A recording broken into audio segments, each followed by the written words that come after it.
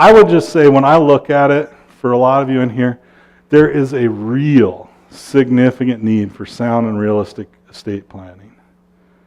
It is a huge need. And it's only going to get more important going forward. And it's going to take a lot, because it's a hard thing to get movement on. I mean, I talk with my parents, I'm like, oh, we got to, they understand the need for it, but it's hard to move off of zero, right? And so if I said, if you guys, it's yours, you can do what you want, you can give it all away, I don't care, it's yours. They're the ones that got it, okay? But if you don't do anything, Obama's going to get a bunch of, now, hey, we got to give it all. Where do we write those checks to?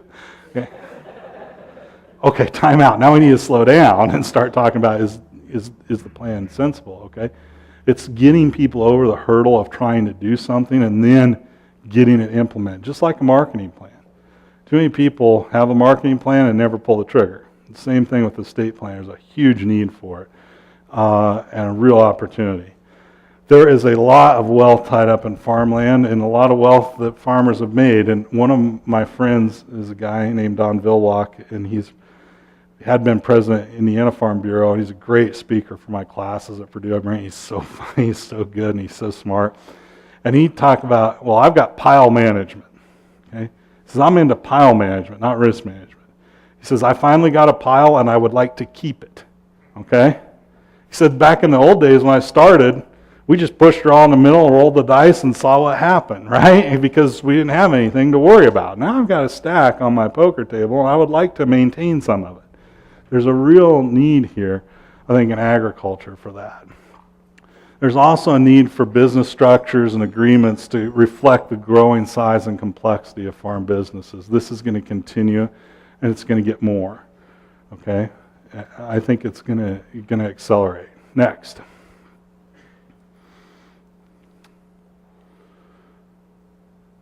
The other thing is that in this, a lot of people, I think, we have this thing called off-balance sheet liabilities and assets, things that aren't on the balance sheet that we're committed to. There's a lot of risk out there, right? Counterparty risk. Grain delivered to a customer and maybe hasn't paid for it. What's the financial condition of that customer?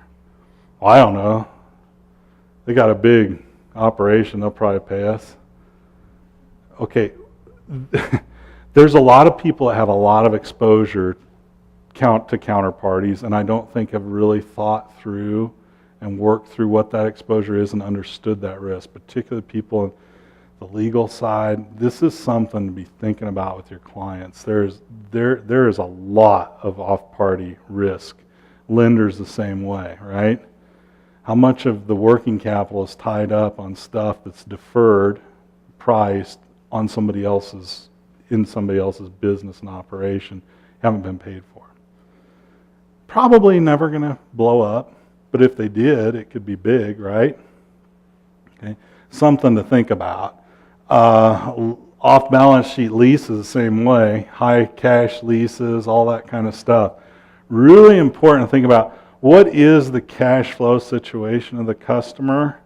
Where are they really at? What are they committed to?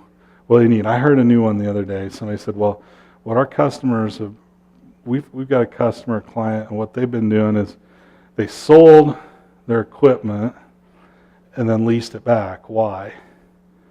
Well, got rid of the liability and cash flow, and they've got a lease payment now, but the lease payment isn't due till the end of the year, but it opened. I mean, people are starting to get creative, okay? That leads to problems, okay? And I think it's something to keep careful track about. This volatility will create winners and losers. Are your customers, clients protected if somebody else is not in the winner camp? Okay? Something to think about. Next.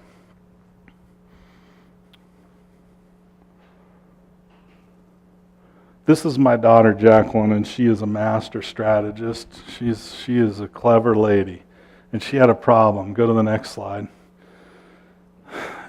Dear Tooth Fairy, I don't know where my tooth is. I was eating ice cream. I don't know where my tooth went, but it was gone after the ice cream. Will you still give me the money? Your friend, Jacqueline. Her strategy was, if Dad gets that letter, he'll give it to the Tooth Fairy, and Tooth Fairy will deliver, okay?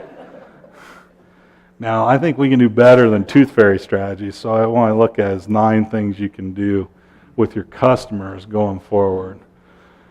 Costs are really important in agriculture. They always have been. This environment is absolutely critical for your customers to focus on their costs, do what they can to get their cost of production down. And I don't mean cost per acre, I mean cost per unit of production. Doesn't mean don't put on any fertilizer. That may be a really bad idea, right? It means get your cost per unit of production down. Working capital. It's funny, people talk, economists in particular, it drives me crazy. Oh, manager, we gotta manage your working capital. What the heck does that mean? Okay. Where are most of the farmers' working capital tied up right now? Where's it at? Well, mine's sitting in great big grain silos. Fortunately, some of it's in an elevator as well. Okay. What are your customers doing to manage the risk associated with that? That's the first thing I think you ought to ask. Are they doing anything? Is that hedged? Have they thought about it?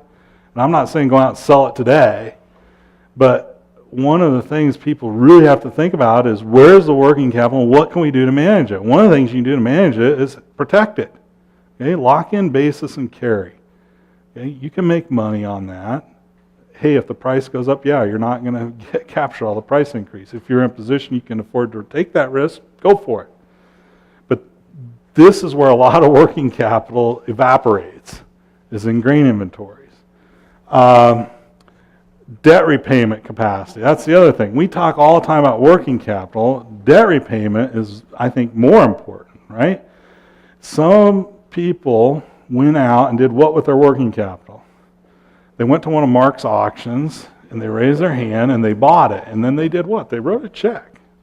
Paid for it. Used up all their working capital. That land is owned free and clear. But now, they're going to have to come back and think about, do I refi some of that? Because I've got all my assets at the bottom of the balance sheet. All the liabilities are at the top. Creates bad repayment capacity problems. We need to really think about getting financial structure back in line. Hard conversation to have with your clients, but also an important one, because this will alleviate a lot of pressure. 3 or 4 years ago, I kept telling people, if you've got extra equipment or you're not sized properly, you need to get it done. Because now, what are you going to do if you got used equipment you don't want? What's the value of that? This is not good, right? Real estate. If you are in a position where selling some real estate will clean up things and get you positioned to be stable to make it through, because the future of agriculture is very bright. Don't get me wrong. The future of agriculture is very bright. I wouldn't have quit my job, cush job at the university, and come back to farm if I didn't think it was bright. Okay? But you got to make it there. If that's a position where selling some real estate can fix that and get you positioned to be resilient for the future, it's probably the right thing to do. Is it easy? Is it fun? Is it hard? Yeah, it's really hard. It's not easy. Mike Bulgy always tells a story about in the 80s, he went to his dad, family meeting, day after Christmas, and said, we need to sell a farm. His dad said, no way, I'm not selling a farm. We're not doing it. His brother and he were convinced they needed to do it. Talked their mom into voting against Dad, sold it. Dad didn't talk to him for 7 years. When he did, you know what he said? You were right, we wouldn't have made it if you wouldn't have done that. Okay? That's hard stuff, right? But sometimes, the right decision is to do it. Good deals with discipline, there's going to be a lot of them out there. We've got to be really careful that we really need them. Crunching numbers, like I said, know the costs, use the technology you already have. Before we worry about, fertilizer application per yard, let's think about what cost of production is. Lending relationships, and some of your lenders, it's not just your customers, okay? I know your customers need to work on their relationship. I usually tell them, you got to be open and honest with your lender. But you also have to be proactive in talking to your customers as well, I think, and making sure that the lines of communication are open, because this is when it gets stressful. Beyond crop insurance, and then I say alternative leases, equipment, crop rotation structures, etc. Just think creatively in this environment, because things I don't think are going to get a lot worse, but they're likely, it's going to be a slog.